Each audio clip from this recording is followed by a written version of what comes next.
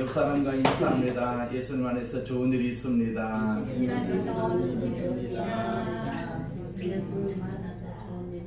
예수님 안에서 좋은 일이 있습니다. 아멘.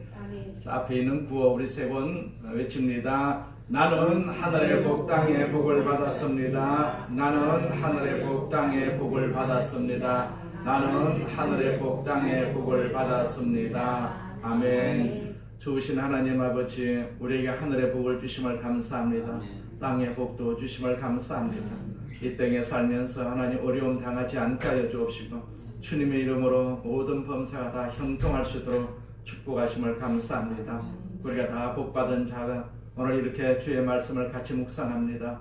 이 자리에 더 큰 복이 있게 하여 주옵시고 더 큰 하나님의 기적이 임하는 시간 되게 하여 주옵소서. 예수님의 이름으로 기도드립니다. 아멘. 스가랴서 5장 1절부터 11절까지 말씀을 가지고 날아가는 두루마리라는 제목으로 같이 은혜를 나누고자 합니다. 자, 우리가 하나님이 없다라고 생각을 하고 그리고 또 내 손에 힘이 있고 내가 가진 지식을 가지고 있다면 자, 세상에서 못할 일이 아마 없을 것입니다. 사업도 내 마음대로 확장을 하고 또 장악한 권력으로 내가 무엇이든지 원하는 대로 할 수가 있을 것입니다. 그러나 내가 주인 같아도 세상에는 분명히 다른 주인이 계신다라는 사실을 우리가 알고 있지 않겠어요? 그 주인은요, 탐욕으로 세상을 차지하려고 하는 사람들을 비웃으시고 철장으로 그들을 부수십니다. 짧은 안목으로 보면 자기 힘이나 머리를 믿고 날뛰는 사람들이 세상을 다 쥐고 흔드는 것 같지만은 어느 정도 세월이 흐른 후에 보면 그런 사람들은 아마 자취도 찾을 수가 없게 될 것입니다. 스가랴라는 이름은요, 여호와께서 기억하신다라는 뜻을 가지고 있습니다. 이분이 바벨론의 포로 생활 가운데서 바벨론에서 태어난 그런 사람입니다. 그래서 바벨론에서 포로 귀환 후에 성전 재건을 독려하면서 예루살렘을 중심으로 사역한 제사장 출신 선지자가 바로 오늘 본문에 나오는 스가랴라는 선한 선지자입니다. 스가랴 선지자가 활동하던 당시 바벨론은 자기 힘으로 농사를 짓거나 사업을 해서 돈을 번 나라가 아니었어요. 바벨론은 무력으로 주변 나라를 강탈해가지고 돈을 긁어 모은 나라였어요.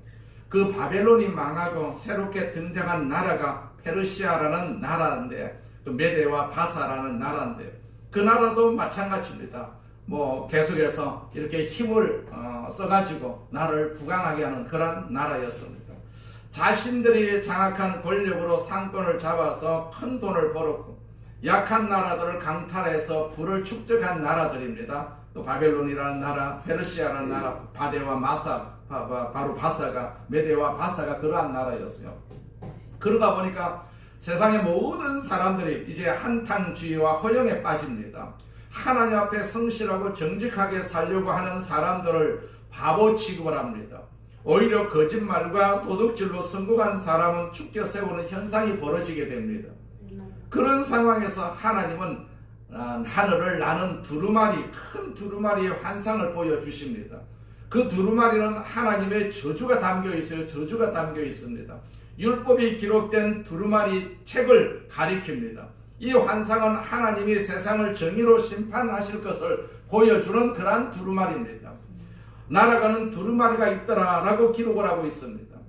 우리나라에도 바른 정치를 하지 않고 거짓 정치를 하고 있는 정치인들이 많이 있습니다. 또 거짓 정치를 하는 사람에게 아부하는 사람이 많이 있고 박수를 치는 사람이 많이 있습니다.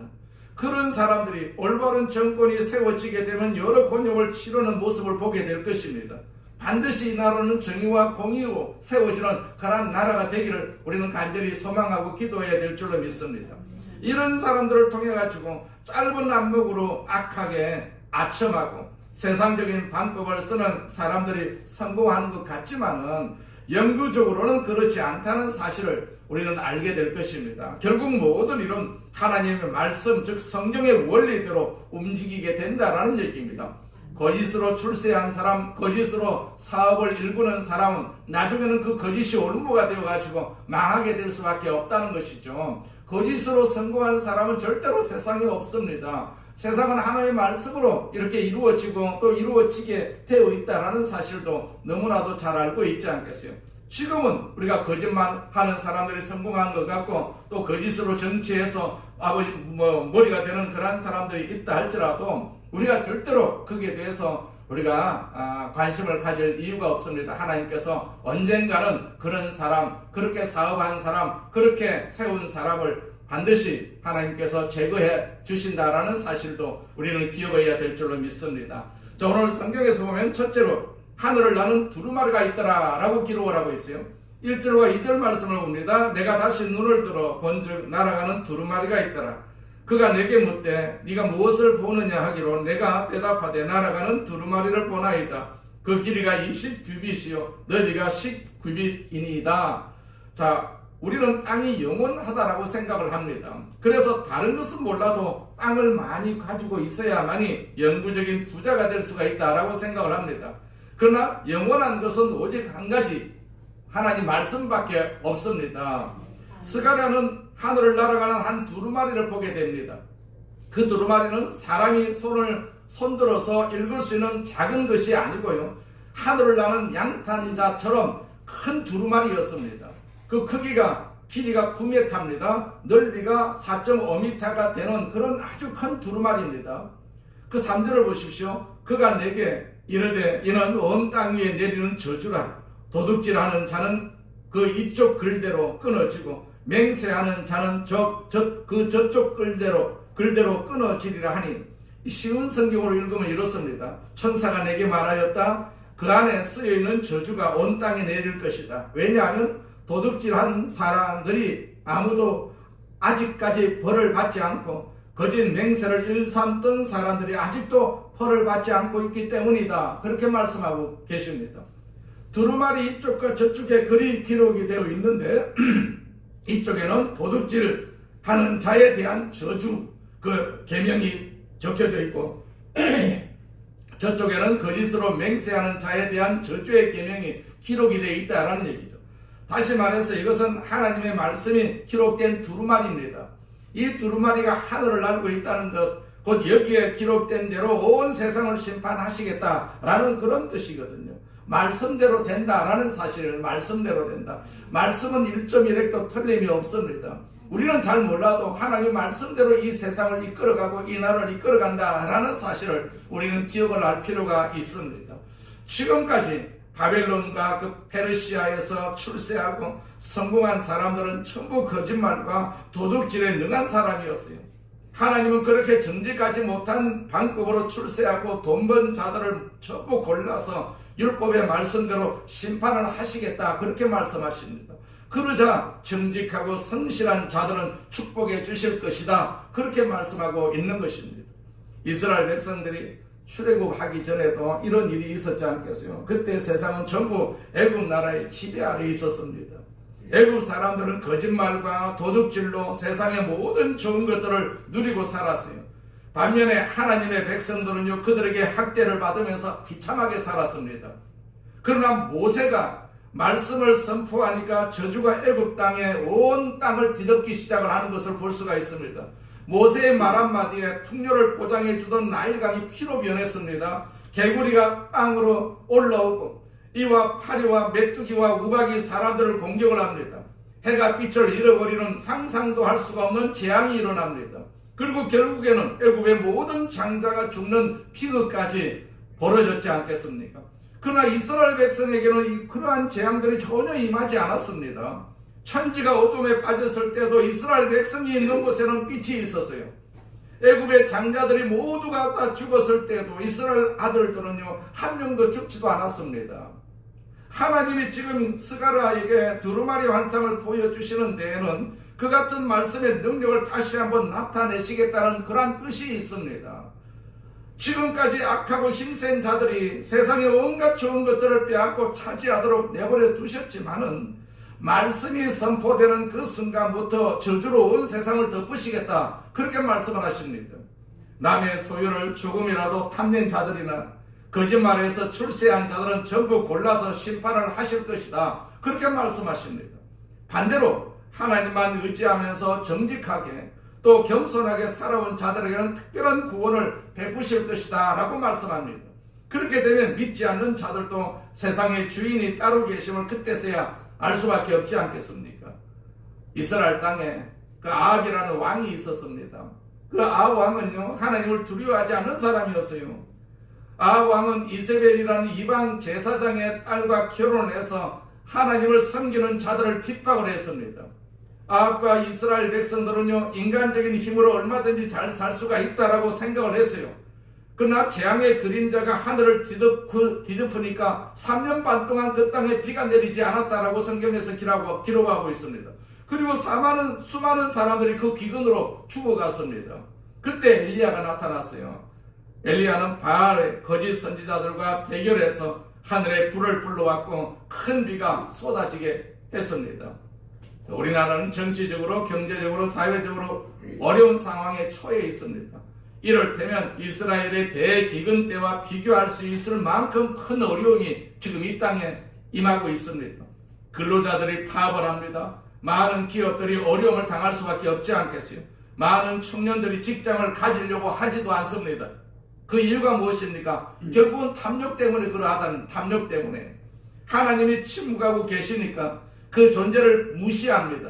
제멋대로 지금까지 부정하게 거짓으로 행복을 추구해온 결과라고 볼 수가 있습니다. 이제 우리에게 필요한 것은 모세와 같은 기도가 필요합니다. 엘리야와 같은 기도가 필요합니다. 나일강을 피로 만든 능력의 기도, 하늘에서 불이 떨어지게 하고 3년 반 동안 내리지 않던 비를 쏟아지게 만드는 그런 능력의 기도가 필요합니다. 그 능력의 기도가 바로 우리의 기도라고 할 수가 있습니다. 나를 살리는 이런 기도밖에 없습니다. 정치가 아닙니다. 기도입니다. 기도해야 됩니다. 기도해야 됩니다. 안타깝게만 생각할 것이 아니라 이 나라를 위해서 우리가 많이 기도해야 될 줄로 믿습니다. 기도해야만이 하나님이 움직이시고 하나님께서 뜻대로 역사하시는 역사를 우리가 보게 될 줄로 믿습니다. 두 번째로 그 날아다니는 두루마리는 큰 두루마리라고 했어요. 원래 두루마리는 사람이 손에 들고 읽을 정도의 크기로 만들어졌지 않겠어요? 옛날에는 책이 없었기 때문에 두루마리라는 그런 가죽으로 된 그런 것들이 이제 성경 말씀에 율법이 적혀져 있었어요. 그런데 스가랴가 본 두루마리는 보통 두루마리보다도 10배, 20배 더 큰 것이었어요. 이것은 구약 율법이 그만큼 확대된다라는 뜻입니다. 확대되고 적용된다라는 뜻이죠. 사람들은 땅이 영원하다고 생각을 하지요. 돈이나 권력도 영원하지 않다는 것은 알지만은 당장 제공하는 매력이 크기 때문에 우선적으로 움켜쥐려고 합니다. 그러나 참으로 영원한 것은 하나님 말씀밖에 없습니다. 하나님 말씀밖에 없어요. 하나님 말씀대로 세상이 되어진다라는 것을 우리가 피부로 느낄 수가 있을 것이고 나중에는 눈으로 볼 수가 있을 것입니다. 하나님은 이 작은 성경 안에 하나님의 모든 축복을 압축해 놓으셨어요. 성경은 마치 무진장한 보물을 숨기고 있는 큰 산과 같은 그런 역할을 합니다. 이 산을 우리가 제대로 파고 들어가서 무진장한 진리를 캐내는 자는 진정한 부자가 될 수가 있습니다. 참 부자가 될 수가 있습니다. 그러나 세상 사람들의 눈에는 이 성경이 저주의 말로만 들린다는, 저주의 말로만, 아무것도 하지 말고 저것도 하지 말고 그런 하지 말라는 소리만 이렇게 들리게 되고 또 보게만 됩니다. 이처럼 똑같은 하나님의 말씀이 어떤 사람에게는 송이꿀보다 더 달콤한 생명으로, 생명의 양식으로 다가오는가 하면은 또 어떤 사람에게는 자신을 책망하는, 저주하는 그런 소리로 다가옵니다. 원래 인간은요, 말씀에 순종해서 살도록 창조가 되었지 않겠어요? 하나님은 인간이 범죄하지 않고 전적으로 순종할 때 죽음을 통과하지 않고 영생에 들어가도록 계획을 해 놓으셨어요. 에덴 동산을 보라고 그런 동산이고 그런 축복의 하나님의 역사입니다. 인간은 원래 죽지 않아도 되는 존재였어요. 구약 성경을 보면 실제로 죽지 않은 인물들이 쭉 나오는 것을 봅니다. 에녹은요, 하나님과 동행하면서 살다가 어느 날 갑자기 실종이 되었습니다. 하나님이 죽음을 통과시키지 않고 곧장 인생의 그 영생의 상태로 데려가신 것 아니겠어요? 또 한 사람은 누굽니까? 바로 엘리야입니다. 그는 악한 세상에서 우상과 싸웠던 선지자입니다. 그도 어느 날 하나님이 해오리 바람으로 데려가셨어요. 그 후에 지상에서는 아무도 그를 본 사람이 없었다라고 기록을 하고 있습니다. 그러나 그 밖에 사람은 모두가 다 죽었습니다. 왜 그렇습니까? 그 죄의 세력을 이기지 못하고 하나님의 영광 대신에 탐욕을 위해서 살았기 때문에 다 죽음을 맞이할 수밖에 없었다라는 얘기죠. 영원히 사는 영생에 들어가려고 하면은 탐욕을 이겨야 됩니다. 탐욕을 이겨야 됩니다. 그러나 세상에는 그렇게 할 수 있는 사람이 없다는 얘기죠. 십계명의 마지막 계명은 탐내지 말라는 말씀입니다. 탐내지 말라는 것. 그러나 사람이 어떻게 남의 것을 탐내지 않을 수가 있겠습니까? 이 마지막 계명은 의문의 계명입니다. 의문의 계명인데 예수님께서 오셔서 그 비밀을 다 풀어주셨어요. 우리의 문제는 마음 중심에 하나님 대신에 탐욕이 자리 잡고 있다는 것입니다. 탐욕은 절대적으로 그러한 신으로 지배하고 군림하면서 한평생 자신을 위해서 살아가게 만드는 것이 탐욕입니다. 사람의 힘으로는 도저히 그 탐욕의 지배를 벗어날 길이 없어요. 간신히 한 가지 탐심을 이기고 나면요, 또 다른 탐심이 고개를 들고 다가오는 것을 우리는 볼 수가 있지 않겠어요. 자, 율법이 우리에게 요구하는 것이 두 가지인데, 한 가지는 하나님 앞에서 완전히 의로워야 한다는 것입니다. 의로워야 한다. 즉 죄가 하나도 없어야 하나님 앞에 나아갈 수가 있다라는 말씀이거든요. 또 한 가지는 누구든지 죄사함을 받으려고 하면 죄 없는 자가 대신 피를 흘리고 죽어야 한다는 것입니다. 그런데 예수님의 십자가는 그 두 가지 요구를 다 충족을 시켜주셨어요. 예수님은요, 세상에서 하나님 모든 말씀에 순종을 하셨어요. 단 한 번도 자신의 야망이나 욕심을 쫓으신 적이 없었어요. 한평생 자신을 쳐서 하나님의 말씀에 이렇게 복종을 시켰어요. 그리고 십자가 위에서 죄 없는 피를 흘림으로써 우리의 모든 죄를 깨끗하게 씻어 주셨습니다. 성령의 능력을 주심으로써 하나님의 뜻대로 살아갈 수가 있도록 만들어 주셨습니다. 이것은 우리 인간에게 일어날 수 있는 기적 중에 최고의 기적이다라는 사실입니다. 우리는 이렇게 살고 있어도 세상 사람들과 변함없는 똑같은 삶을 살고 있어도 우리는 하나님의 능력으로 살고 있음을 우리는 항상 고백을 할 필요가 있습니다. 성령께서 나를 이 땅에 살게 하신다, 이 능력을 주셨다라는 생각을 가지고 살아야만이 우리 육신을 이길 수가 있고 우리의 모든 탐심도 이길 수가 있고 이런 환경도 우리가 이겨나갈 수가 있는 것이죠. 사람들은요, 아무 죄도 없는 예수님을 미워해가지고 십자가에 못 박았습니다.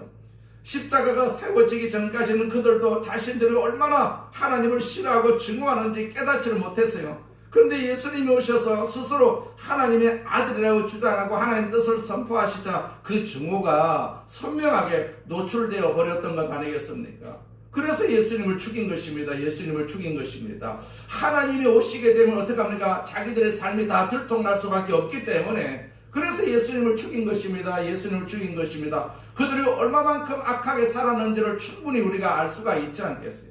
거짓으로 살았습니다. 거짓으로 살았고 탐욕으로 살았습니다. 그 종교 지도자들이 특별히 그랬지 않겠어요? 세상 나라와 세상 백성들 중에 예수 믿는 사람들을 미워하지 않은 자들이 있습니까? 그들이 그토록 예수 믿는 사람들을 미워하는 이유가 무엇입니까? 예수님은 이 세상의 모든 것이 인간의 것이 아니다, 하나님의 것이다라고 말씀을 하시기 때문에 세상은요, 예수를 미워하는 것입니다.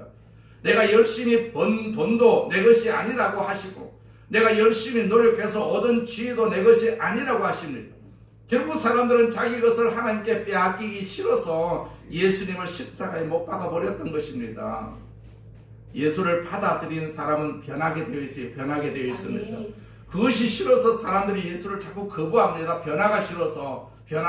나 이대로 살면 좋은데 왜 변화를 시키느냐라는 얘기입니다. 예수 믿으면 변화가 되어야 되는데 그 변화가 싫다는 얘기입니다. 변화가 싫다.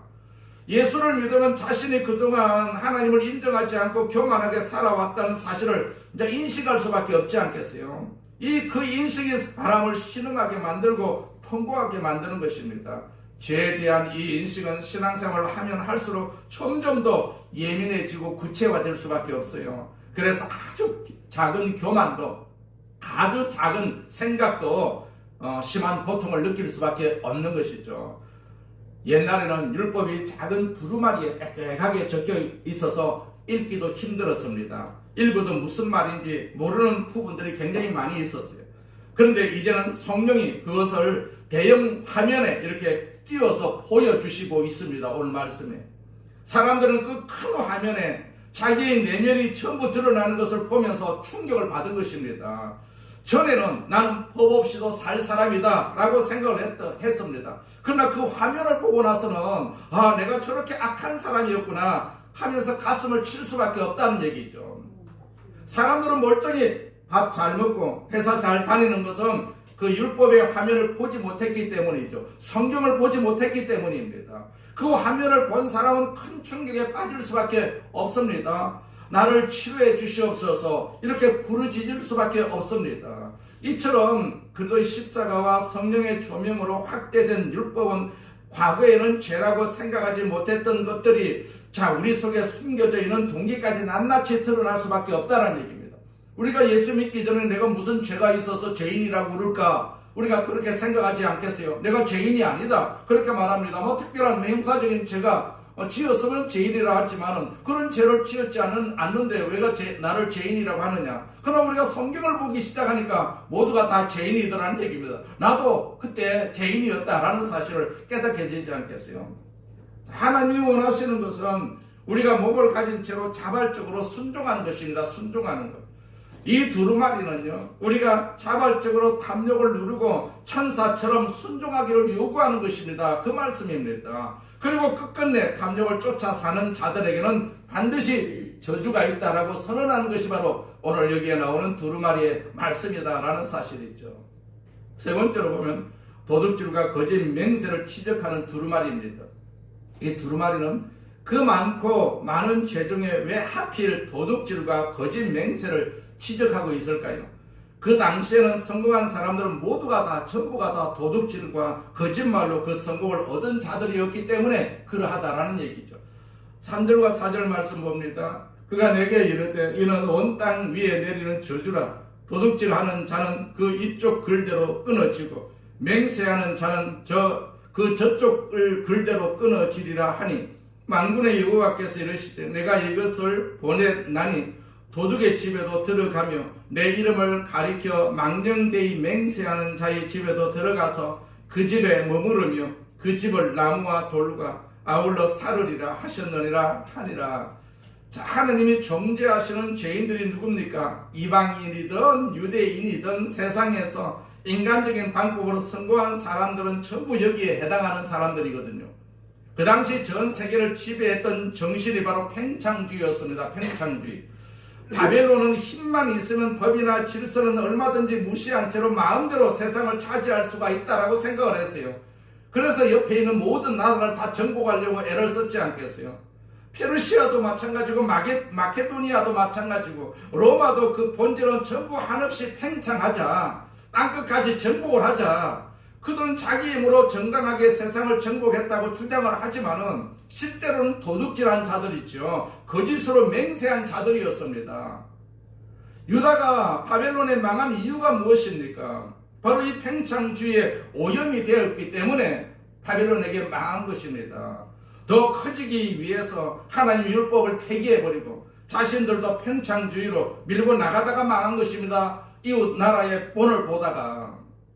하나님을 아는 사람들과 모르는 사람들이 갈라지는 지점이 바로 이 지점이거든요.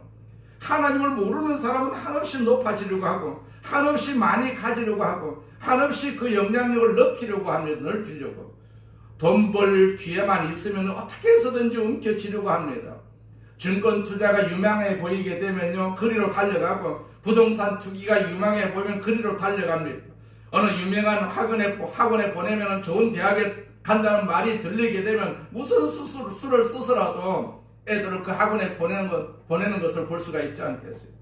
그러나 하나님을 아는 사람들은요, 선뜻 그렇게 하기를 이렇게 겁냅니다.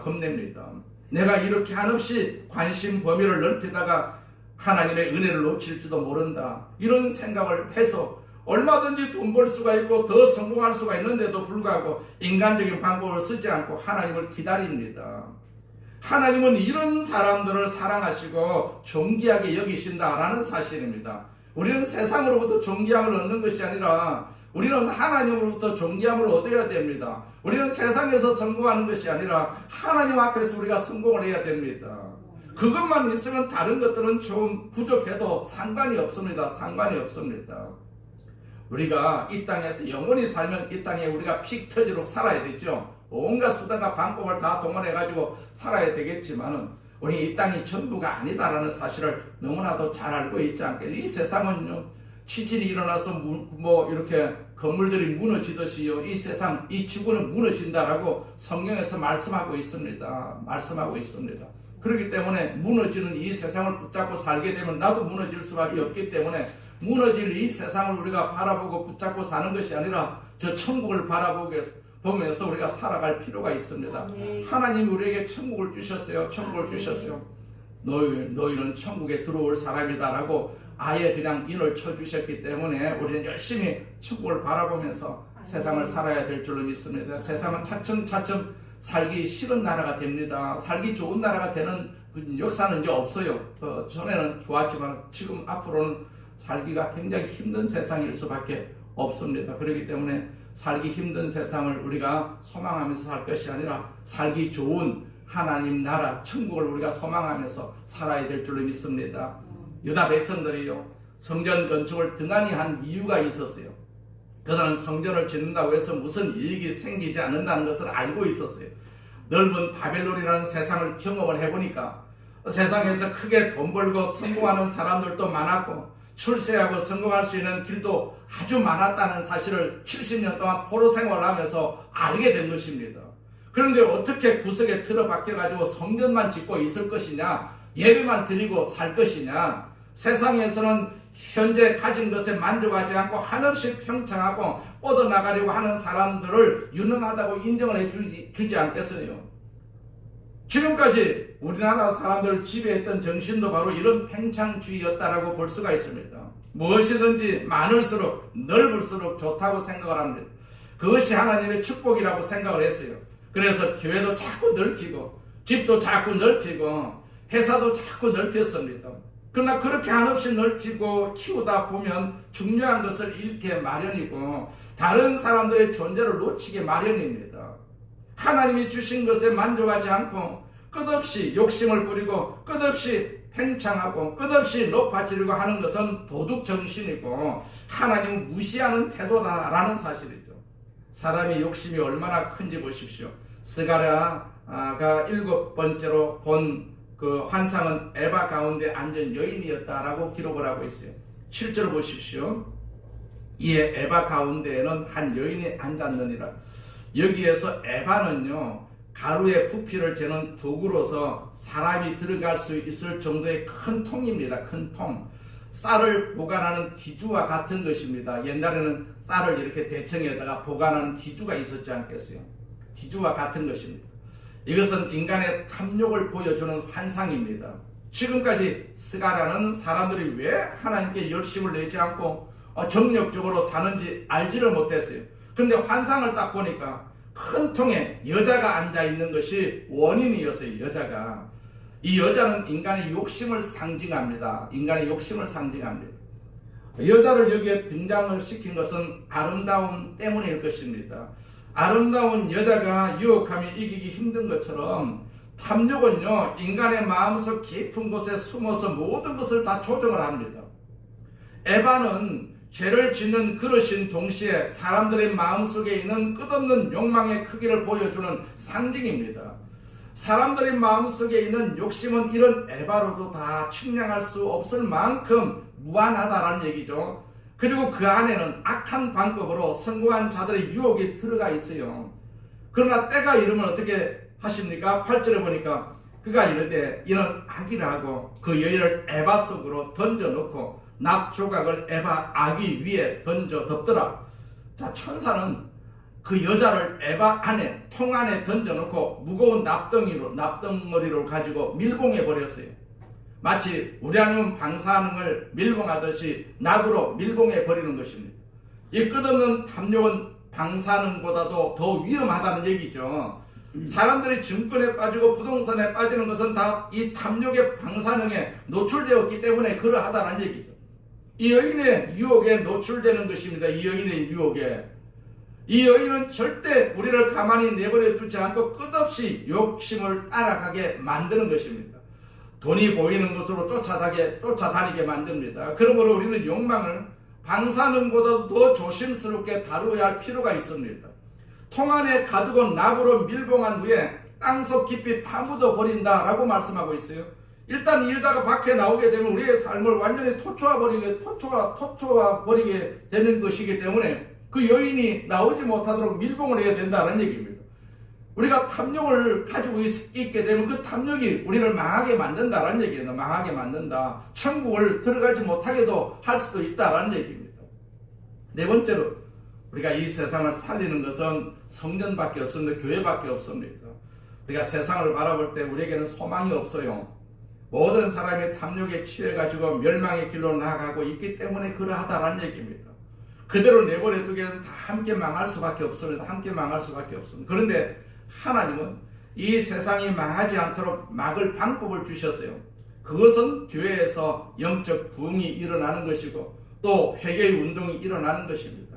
물론 교회에 부흥이 일어난다고 해서 세상 모든 사람들이 하나님 믿게 되는 것은 아닙니다. 그러나 교회는 세상의 대표라고 볼 수가 있어요. 세상의 대표, 장자라고 볼 수가 있습니다. 교회의 믿음과 회개가 하나님이 원하시는 수준에 도달하면 세상에도 복을 내릴 수밖에 없습니다. 오늘 본문에 보면 또 다른 여인이 두 사람 나온다라고 기록을 하고 있어요. 이 여인들은 학같이 날개를 달고 가지고 있었어요. 날개를 달고 있었어요. 구절을 보십시오. 내가 또 눈을 들어본 적 두 여인이 나오는데 학의 날개 같은 날개가 있고 그 날개에 바람이 있더라. 그들이 그 에바를 천지 사이에 들었기로. 자, 여기에는 날개를 단 두 여인은 교회를 상징을 합니다. 우리는 성경 여러 군데에서 교회가 여인의 모습으로 등장하는 것을 볼 수가 있어요. 이것은 교회가 주님께 의존적인 존재다. 또 주님의 도움이 없이는 아무것도 할 수가 없는 존재임을 나타내는 것이거든요. 두 여인이 있다는 것은 하나님의 증거가 신실하다는 뜻입니다. 유대인들은 두 사람의 증인이 있어야만이 그들의 증거를 신실한 것으로 인정을 했거든요. 자, 그들이 날개를 달고 있다는 것은 교회가 힘을 얻고 있고 또 높이 비상하고 있음을 나타내는 그런 구절입니다. 자, 그들의 날개는 바람이 있다고 했어요. 이것은 영혼을 살리는 성령의 역사가 교회를 통해서 나타난다는 사실을 가르쳐주고 있습니다. 교회에서 진리가 선포되면 사람들을 유린하는 여인의 세력은 결박당하게 되어 있다라는 사실이죠. 이 여인은 에바를 완전히 없애지는 못하고 신할 땅, 그 바벨론 귀신들의 처소로 멀리 데려가서 처박아 놓는다고 했어요. 자, 이것은 인간의 탐욕이 땅 위에서 완전히 사라지지는 않지만은 여러 가지로 제한을 받지만은 사람들이 건명하고 정직한 삶을 살게 된다라는 뜻입니다. 탐욕만 없어지면은 이것이 바로 부흥의 결과다라는 부흥의 결과다. 그러나 말씀의 바람이 잠잠해지게 되면 에바의 여인이 뚜껑을 열고 나와가지고 또다시 온 세상을 유혹을 하게 될 것이다 라는 사실입니다. 이 여자가 문제입니다. 탐욕이 문제입니다. 정치하는 사람들, 경제하는 사람들 다 탐욕으로 그렇게 정치하고 경제하는 것을 볼 수가 있고 우리 개인에게도 탐욕이 있다라는 것도 우리가 충분히 알 수가 있지 않겠어요. 물론 교회가 세상을 완전히 바꾸지는 못합니다. 그러나 진리를 선포함으로써 탐욕에 취한 사람들을 일깨워서 정상적인 삶을 살게 할 수는 있습니다. 실제로 과거에 우리가 교회가 부흥했을 때는 많은 술집의 문을 닫았다는 이야기도 있지 않겠어요. 교회는 이 에바를, 이 여자를 죽일 수는 없지만은 잡아 가둘 수는 있다라는 얘기예요. 성령의 능력으로. 사람들의 욕망을 아주 없앨 수는 없지만은 그 욕망이 전쟁이나 살인 같은 죄로 나아가지 않고 스포츠나 학문적인 탐구처럼 건설적인 방향으로 나아가도록 영향을 줄 수는 있다라는 사실입니다. 오늘 본문이 우리에게 말씀하시는 바가 무엇일까요? 자, 우리 인간들에 대한 하나님의 요구에는 변함이 없다는 것입니다. 우리가 우리의 욕망을 쫓는 대신에 하나님의 영광을 구하면 영원한 하늘의 복을 우리에게 주실 것이다 라는 말씀입니다. 세상에서 인정받는 것은 참된 성공이 아닙니다. 세상의 탐욕에 취해가지고 죄의 단맛을 즐기면서 사는 것은 참된 행복이 아닙니다. 어느 순간에 그 하나님의 무서운 심판이 임할 것이기 때문에 그러하다라는 얘기죠. 세상 사람들은 하나님께 영광을 돌리기를 싫어합니다. 부모들도 보십시오. 아이들이 교회 가서 예배 드리기보다는 도서관에 가서 공부하는 것을 더 좋아하고 세상 친구들도 우리가 교회 다니는 것을 별로 좋아하지 않습니다. 그래서 교회 다니게 되면 세상 친구들이 다 떠나는 것을 우리가 경험했지 않겠어요? 변화되는 것을 기뻐하지 않습니다. 세상은요, 마귀는요, 우리가 열심히 신앙생활하는 것을 기뻐하지 않습니다. 옛날에는 우리가 신앙생활하는 것이 얼마나 좋았습니까? 얼마나 기뻤습니까? 근데 지금은요, 살만하니까 신앙생활하는 것이 귀찮아지고 있는 세대에 있습니다. 그러니까 탐욕이 이 세상을 뒤덮고 있는 것을 우리는 충분히 알 수가 있지 않겠어요? 자, 하나님의 교회가 없는 곳에는 탐욕으로 가득 차 있는 것을 우리는 알 수가 있지 않겠어요? 자, 그런 그들의 마음 속을 열어보면요, 똑같이 욕심의 그릇들이 다 들어가 있습니다. 그 안에 무서운 탐욕이 자리 잡고 있다는 것도 볼 수가 있습니다. 이럴 때 교회가 날개를 얻어가지고 그 사악한 탐욕을 사람들의 마음으로부터 쫓아내야 되거든요. 말씀과 성령의 능력으로 사탄의 세력을 결박해가지고 더 이상 사람들을 유혹하지 못하도록 가두고 납뚜껑으로 굳게 밀봉해 버려야 된다라는 사실입니다. 그래야만이 내가 살고 나라가 산다라는 얘기입니다. 여러분, 오늘 이 시대는 새로운 모세 또 새로운 엘리야를 필요로 하고 있는 세대입니다. 우리 모두가 다 모세와 엘리야처럼 이런 말씀과 성령의 능력을 받아서 탐욕에 취한 이 세상에 그 능력을 나타내면서 하나님의 영광을 나타내는 그러한 종이 되게 달라고 우리는 강구해야 됩니다. 우리는 이 나라를 보면서 그냥 한탄만 할 것이 아니라 우리가 열심히 기도해야 됩니다. 내 자식을 위해서 기도하는 것보다도 이 나라를 위해서 우리가 기도해야 되지 않겠어요? 우리가 기도하지 아니하면 이 나라를 망하게 되어 있다는 것도 너무나도 잘 알고 있지 않겠어요? 세상 사람들은 그걸 몰라요. 그러나 우리 예수 믿는 사람은 최소한 그 정도는 알고 있습니다. 망하는 나라를 가만히 볼 수는 없지 않겠어요? 이런 이유 저런 이유를 가지고 계속해서 비판을 하는 사람들이 있는데, 절대적으로 교회가 기도해야 되고 우리 성도가 기도해야 되거든요. 열심히 기도해. 그냥 두고 보면은요, 같이 망할 수밖에 없다라는 사실을 우리가 너무나도 잘 알고 있습니다. 위기의 순간에 하나님의 역사가 반드시 있기를 우리는 간절히 소망하면서 기도해야 될 줄로 믿습니다. 이 땅에 탐욕이 얼마나 그렇게 심합니까? 또 거짓이 불의가 얼마나 심한 나라가 되었습니까? 이런 불의와 이 거짓, 탐욕은 하나님의 성령의 바람을 불면 사라질 수밖에 없는 것들이거든요. 그런데 성령의 바람을 일으키는 사람이 없단 말입니다. 그래서 모세처럼 엘리야처럼 우리가 그런 도구가 되어서 이 나라를 살리는, 우리 가정을 살리고 우리 자녀들을 살리고 우리 자손들을 살리고 이 사회를 살리는 그러한 도구가 되기를 우리는 간절히 기도해야 될 줄로 믿습니다.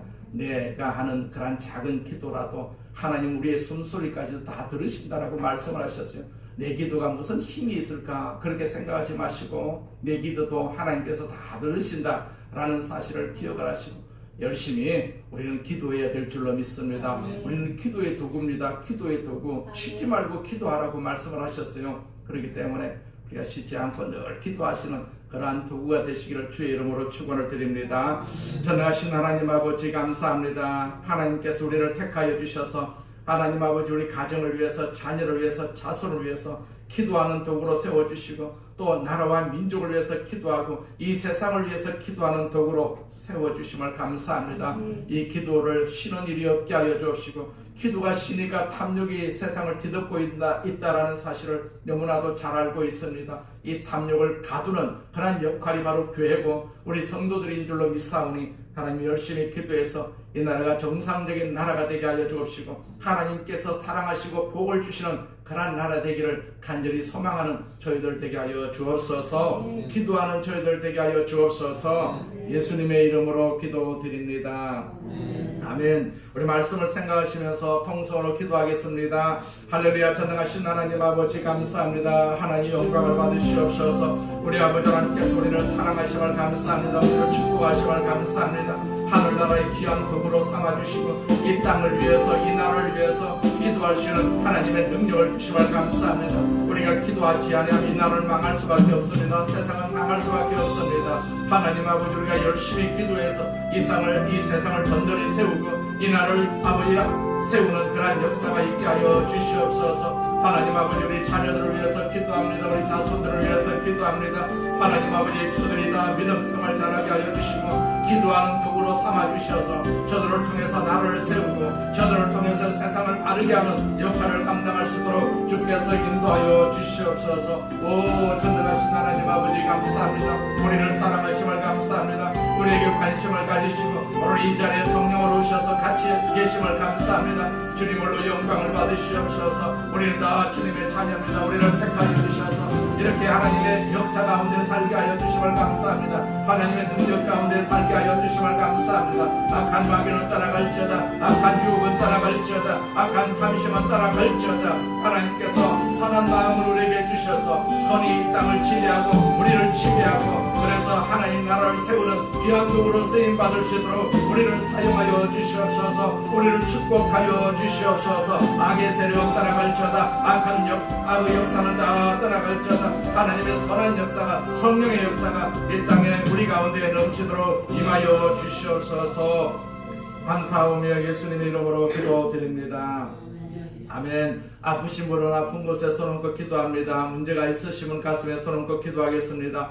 선하신 하나님 아버지, 우리를 일찍 이렇게 택하여 주셔서 하나님 나라 백성으로 삼아주시고 날마다 우리가 모일 때마다 또 개인적으로 주님 앞에 기도합니다. 우리 몸을 주님께서 다스려 달라고 우리 몸을 주님 앞에 내어놓고 이 시간에도 기도하오니 우리 몸을 치료하여 주옵소서. 내 힘으로 내 능으로 치료할 수가 없어서 주님 앞에 구합니다. 주님 외면하지 마시고 우리 몸을 치료하여 주옵소서. 우리 육신을 괴롭히는 모든 병만은 우리 몸에서 다 떠나갈지어다. 질병은 떠나갈지어다. 질병은 떠나갈지어다. 허리의 병마도 떠나갈지어다. 척추 질병도 떠나갈지어다. 관절의 질병도 떠나갈지어다. 암도 떠나갈지어다. 각종 질병은 오늘 이 시간 예수 이름으로 명하노니 여기에 참여한 우리 모든 성도들에게서 떠나갈지어다. 떠나갈지어다. 우리를 건강하게 하여 주시옵소서. 정신도 건강하게 하여 주옵소서. 하나님 앞에 영광을 돌리는 귀한 도구라는 사실을 깨닫게 하여 주시옵소서. 마귀의 일들은 다 떠나갈지어다. 주의 성령의 역사로 충만하게 하여 주시옵소서. 장막의 어려움이 떠나가게 하여 주옵소서. 사업의 어려움도 떠나가게 하여 주옵소서. 우리 자녀들에게 성령으로 충만하게 하여 주시옵소서.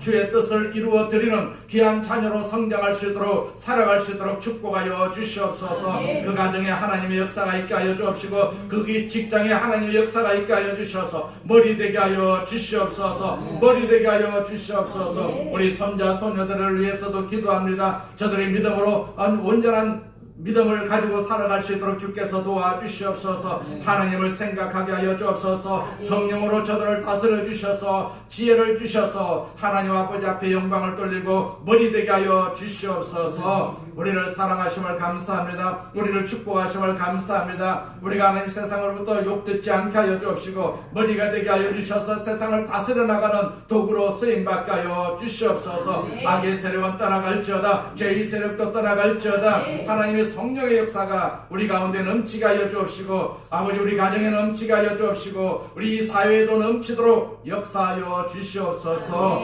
예수님의 이름으로 축복하며 기도드립니다. 아멘. 아멘. 할렐루야. 아멘. 늘 성령님께서 함께 계심을 믿고 의지하고 우리는 주님의 백성이라는 사실을 깨닫고 이 세상을 다스리면서 사시기를 주의 이름으로 축원을 드립니다. 지금은 우리 주 예수 그리스도의 무한하신 은혜와 아버지 하나님의 극진하신 사랑과 보혜사 성령님의 교통하심과 인도하심과 축복하심이 오늘 성에 참석해서 하나님의 두루마리를 바라보고 그 두루마리대로 살고자 애쓰고 다짐하고 돌아가는 우리 성도들 머리 위에와 그 가정과 직장과 사업장과 자녀 위에 지금으로부터 영원토록 함께 있을지어다. 아멘. 아멘.